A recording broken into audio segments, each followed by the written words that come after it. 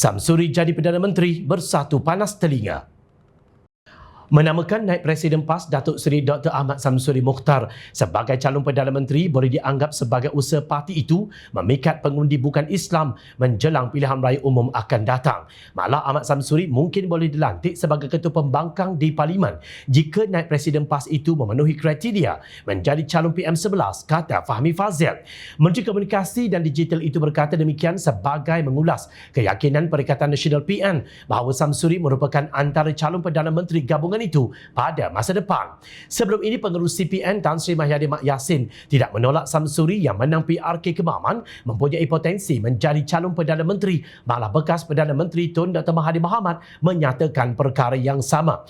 Mungkin selepas ini, langkah seterusnya selepas beliau angkat sumpah sebagai ahli parlimen, iaitu beliau akan dinobat sebagai ketua pembangkang.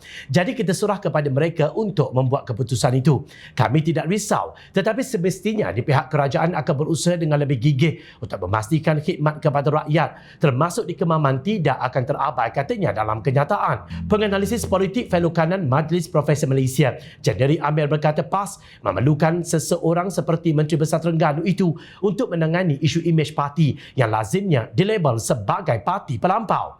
Saya fikir ini kerana pewatakannya. Samsuri mempunyai personaliti sederhana, profesional dan boleh dipercayai. Dia seorang yang mempunyai pengaruh untuk menarik sokongan bukan Melayu dan bukan Islam kerana PAS berdepan cabaran untuk memikat golongan ini. Saya fikir mereka akan terus mempromosikan sebagai calon Perdana Menteri menjelang pilihan raya umum akan datang. Katanya di Petik Malaysia Kini, semasa pilihan raya kecil Kemaman di Terengganu baru-baru ini, terdapat spekulasi bahawa PN sedang mempersiapkan Samsuri untuk menjadi Perdana Menteri. Samsuri kemudiannya berjaya mempertahankan Kemaman buat Perikatan Nasional. Jendiri berkata tindakan menamakan Samsuri itu juga boleh bermakna PAS mahu memaparkan dominan parti itu dalam PN, memandangkan mereka memiliki lebih banyak kerusi parlimen berbanding Bersatu. Selain itu, Bersatu juga tidak mempunyai calon untuk menggantikan Mahyadin sebagai calon Perdana Menteri mereka.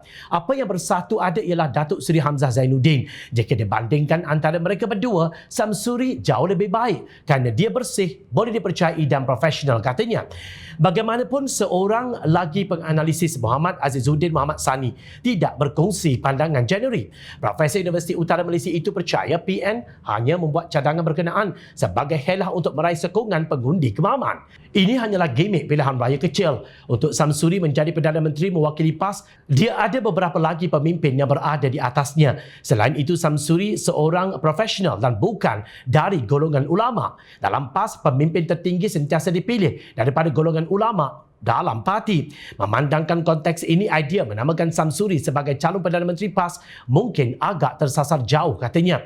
Azizuddin berpandangan Bersatu juga tidak akan mudah menyerahkan kursi Perdana Menteri kepada PAS jika PN berkuasa. Hakikatnya, idea Samsuri sebagai Perdana Menteri hanya dilontarkan semasa berdepan calon BN Raja Muhammad Afendi Raja Muhammad Noor yang merupakan Pesara Jeneral Angkatan Tentera.